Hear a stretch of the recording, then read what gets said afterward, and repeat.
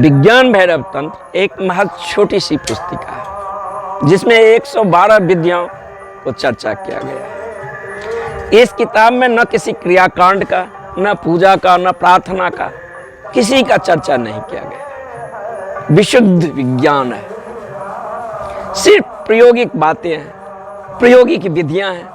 उस पर साधक जब काम करता है, साधक अपने भीतर उस अल्टीमेट सत्य को उपलब्ध पाता है। ये विद्या वैज्ञानिक है, इसीलिए इसे विज्ञान कहा गया है। विज्ञान को जो वैज्ञानिक खोज करते हैं अपने लैब में, प्रयोगशाला में, तो खोज करने से पहले एक वैज्ञानिक चित्त में कोई पूर्वाग्रह नहीं होता है, कोई अंधविश्वास नहीं होता है, न किसी प्रकार के मान्यता होता है।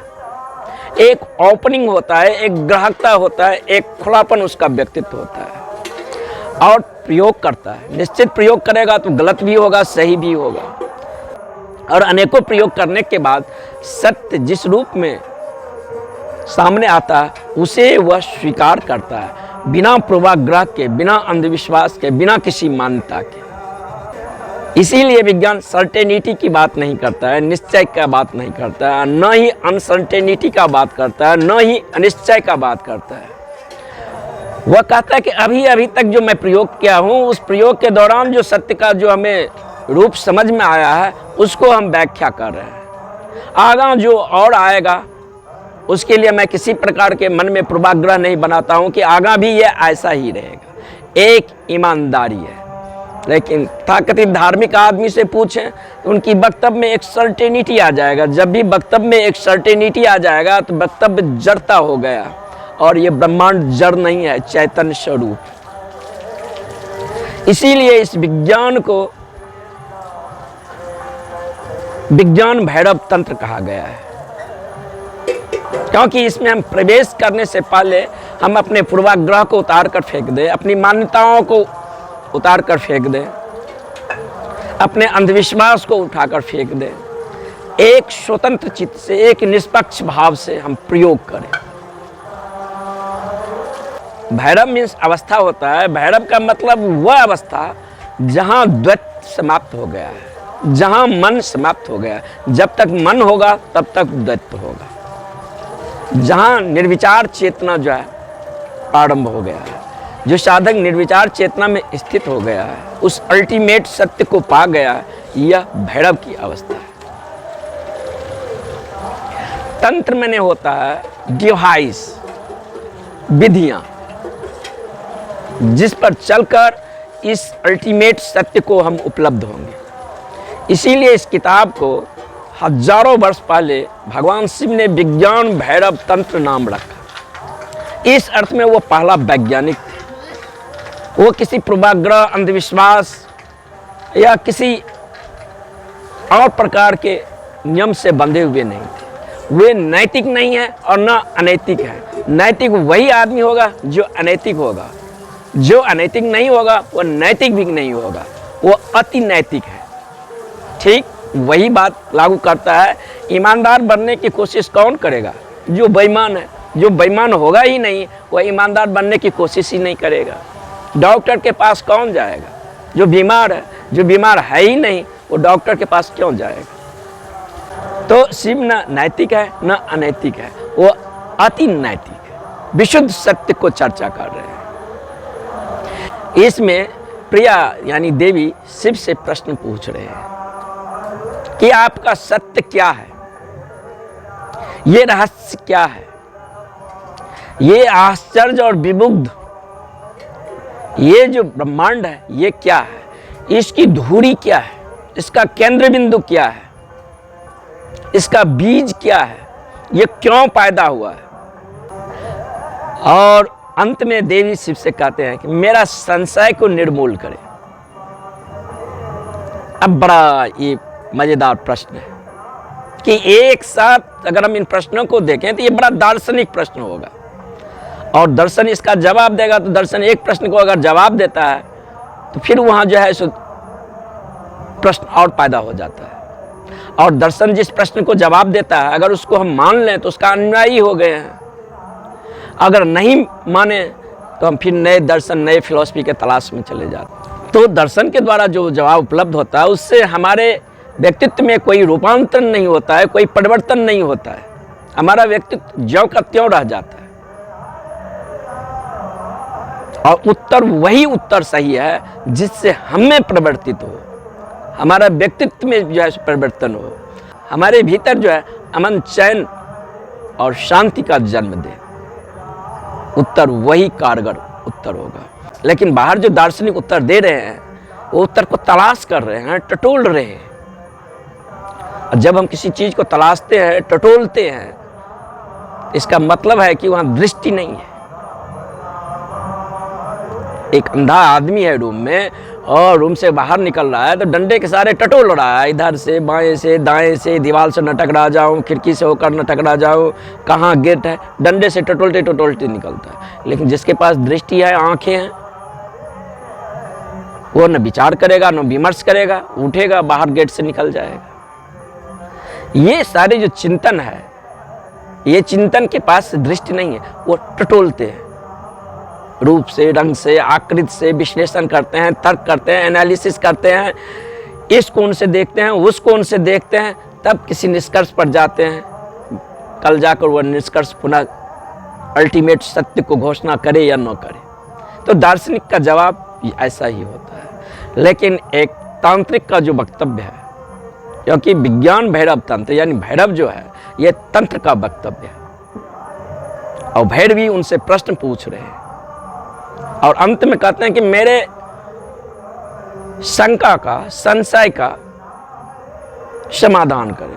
क्योंकि जब तक मन में शंका होगा तब तक प्रश्न पैदा होता ही रहेगा, जब तक शंका नहीं समाप्त हो जाएगा तब तक प्रश्न बंद नहीं हो जाएगा। मन वह वृक्ष है जिसमें पत्तों की तरह प्रश्न लगता है। जब तक ये मन ही नहीं समाप्त हो जाएगा, शरीर और मन के पार जब तक हमारा अस्तित्व नहीं जाएगा, तब तक अपने मूल केंद्र पर चेतना को, उस अल्टीमेट सत्य को हम नहीं छू सकते। देवी को शिव से प्रेम है, गहन प्रेम है और गहन प्रेम में ही ऐसा प्रश्न उठ सकता है। तो प्रेम जब होता है तो पहले तो शरीर से ही शुरू होता है, फिर मन से होता है, फिर भाव से होता है और प्रेम जब पराकाष्ठा पर पहुंचता है तब वो चेतना का पार करता है। तो कभी कभी जीवन के हमें गहन ऊंचाई में, किसी क्षण में तो प्रेम का वो अनुभूति मिलता है जहां दो शरीर मिट गया, दो मन मिट गया, दो भाव मिट गया, वहां हम एक क्यों होते हैं, द्वंद्व मिट जाता है। तो प्रेम के द्वार से हमें द्वंद्व को पार जाया जा सकता है। अगर परमात्मा को परिभाषित करना है तो क्या कहेंगे, तो हमें एक ही शब्द उसके आसपास मिलता है कि परमात्मा प्रेम है, प्रेम के स्वरूप है। क्योंकि प्रेम वो ऊर्जा है जो सृजनात्मक है, विध्वंसक नहीं है। अगर हम किसी आदमी पर भी ध्यान दें, उसके ऊपर से नीचे तक अगर उसको हम गौर से देखें, उसके रहने उठने बैठने के तौर तरीका को देखें, उसके कमरा को देखें, अगर अस्त व्यस्त है उसका कमरा, उसका चेहरा, तो वो आदमी प्रेमपूर्ण नहीं है। क्योंकि आदमी जितना प्रेमपूर्ण होगा उतना सृजनात्मक होगा। वह एक सामान को भी कहीं ड्रॉप करेगा तो उसे ऐसा ड्रॉप करेगा जो कि वो वस्तु नहीं है, उसमें भी वह जान दे रहा है। लेकिन एक आदमी किसी व्यक्ति को भी कहीं ड्रॉप कर रहा है तो वह उसके साथ ऐसा व्यवहार करेगा जैसे किसी वस्तु के साथ कर रहा है। तो साधक जब किसी चीज को छूता है तो वस्तु को जो है सो व्यक्त बना देता है, उसमें भी आत्मा गर्भित कर देता है, उसे भी चैतन्य बना देता है। लेकिन जब एक आदमी किसी व्यक्ति के साथ व्यवहार करता है तो व्यक्ति के साथ वस्तु का व्यवहार करता है। तो हम उसके आबो हवा से, उसके उठने बैठने रहने के ढंग से ही अनुमान कर सकते हैं ये आदमी कितना प्रेमपूर्ण है। और जो अपने लिए प्रेमपूर्ण नहीं है वो दूसरे को प्रेम कैसे दे सकता है? क्योंकि हमारे पास जो होगा वही तो हम दूसरे को देंगे। हमारे पास प्रेम है ही नहीं, हमारे पास है दुख, तो हम प्रेम कैसे दे सकते हैं? हमारे जोड़ी में है कांटा तो हम अमृत कैसे दे सकते हैं? हमारे जीवन में भरा हुआ है अभिशाप तो हम दूसरे को वरदान कैसे दे सकते हैं? हमारे पास जो होगा वही देंगे। तो भैरवी भैरव से यानी कि देवी शिव से प्रेम कर रहे हैं और देवी प्रेम करते करते शिव का इस रूप से वह साक्षात्कार हुए हैं, जहाँ शिव अंतर्धान हो जाते हैं। शरीर उनका खो गया, मन उसका खो गया, भाव खो गया, अब शिव कहाँ गए? तब वो पूछते हैं कि आपका सत्य क्या है, आप कौन हैं? ये आश्चर्य भरा विश्व क्या है, इसका धुरी क्या है, इसका केंद्र बिंदु क्या है, इसका बीज क्यों है, ये पैदा ही क्यों हुए? इन सारे सवालातों से शिव को घेर लिए कि आप मुझे बताएं, क्योंकि अभी तक जो मैं परिचित हुआ हूं आपके परकोटे से परिचित हुआ हूं, लेकिन आपका ये रूप देखते हैं, जब आप अंतर्धान हो जाते हैं तब आप कहां चले जाते हैं? ये ऐसा उपस्थित है जो कि अनुपस्थित के जैसे लगता है। और शिव उनके इन दार्शनिक प्रश्नों का उत्तर नहीं देते। शिव जो वो प्रश्न पूछ रहे हैं उनका उत्तर वो नहीं देते। उनका उत्तर दिया जा सकता है, उस उत्तर से और प्रश्न पैदा किया जा सकता है, क्योंकि यह जब तक हमारा दृष्टि नहीं बदलेगा तब तक हमारा सृष्टि नहीं बदलेगा। हम आदमी को जो देखते हैं, जैसे आदमी बाहरी रूप आकार रंग में एक दूसरे से भिन्न है, प्रत्येक व्यक्ति का मन भी एक दूसरे से भिन्न है। सभी का मन एक जैसा नहीं है। सभी के मन के जो संरचना है, बनावट है, देखने समझने की जो दृष्टि है, सबका अलग अलग है। कितना साफ हम देखते हैं वस्तु को, कितना ट्रांसपेरेंसी में देखते हैं। ये हमारा मन कैसा है,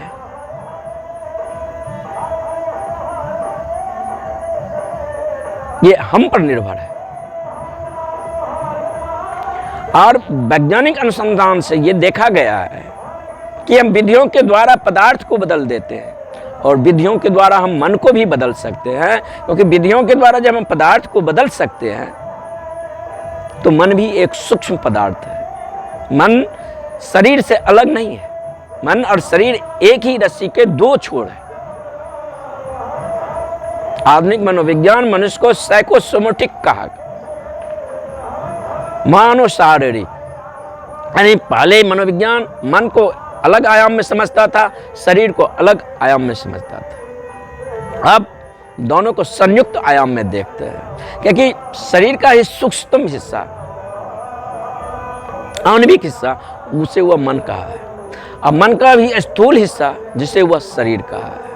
जब शरीर पीड़ा में होता है, भूखा होता है, संताप में होता है, तो मन में भी वह पीड़ा, वह संताप, वह भूखापन महसूस होता है। लेकिन जब मन उदास होता है, दुख में होता है, संताप में होता है, तो शरीर में भी वह लहरें हमें देखने को मिलता है। तो दोनों अलग अलग नहीं है। एक छोर को प्रकंपित करेंगे, दूसरा छोर अनिवार्य रूपेण प्रकंपित होगा।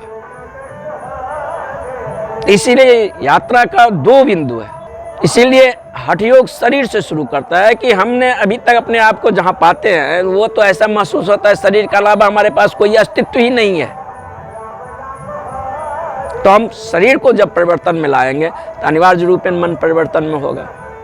लेकिन राजयोग मन से शुरू करता है, क्योंकि हम मन को अगर परिवर्तित करते हैं तो शरीर भी परिवर्तन होगा और मन का ढांचा, ये गेस्टाल्ट देखने का बदल जाएगा। तो कभी किसी प्रेम के क्षण में हम आश्चर्य हो जाते हैं, विषमुग्ध हो जाते हैं। प्रेम में आश्चर्य कैसा होते हैं, अवाक कैसे हो जाते हैं। जैसे मैं बोल रहा हूं, सामान्य बात है, आपका मन इधर उधर जाएगा, लेकिन यहाँ पर अगर एक टेबल बोलने लगे तो एक क्षण के लिए हमारा विचार रुक जाता है।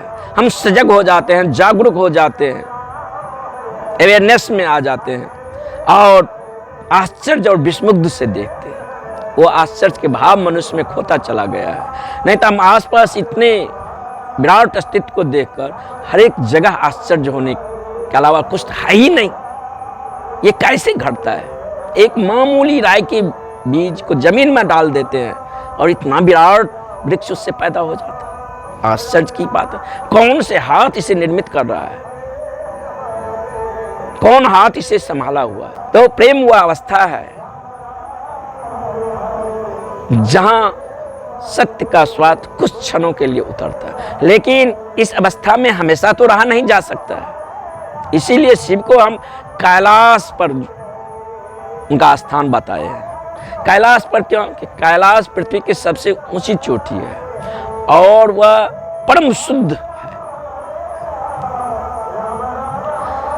हम कैलाश जा सकते हैं कुछ समय के लिए, तीर्थ जा सकते हैं, सदैव वहां रह नहीं सकते हैं, क्योंकि उस अवस्था में रहना इतना कठिन है कि लगभग करीब करीब असंभव सा महसूस होता है। फिर हम घाटी में आ जाते हैं और घाटी का अस्तित्व ही को तभी पता चलता है जब शिखर हो। शिखर के बिना घाटी का अस्तित्व का पता नहीं चल सकता है। और शिव शिखर है, और शिखर होने के कारण उनको ये भी पता नहीं चलता है कि यह प्रेम की अवस्था है।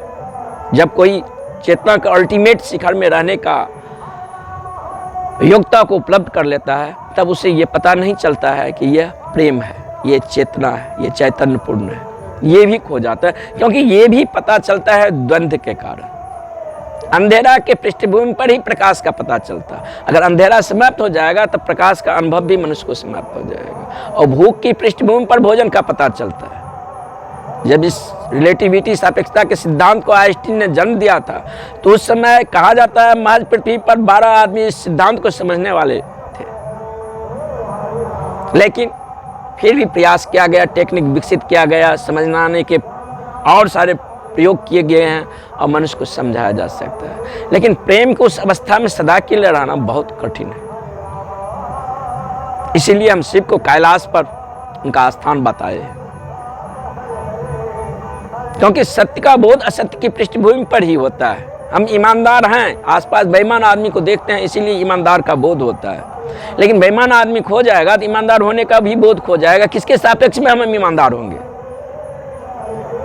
पानी ठंडा है लेकिन गर्म न हो तो किसके सापेक्ष में वह ठंडा होगा? लेकिन वहां द्वंद्व खो गया। प्रेम जो है सो द्वंद्वातीत है, इसीलिए द्वंद्व वहां खो गया। और जब द्वंद्व खो जाएगा तब वह बीइंग की अवस्था है, होने की अवस्था है।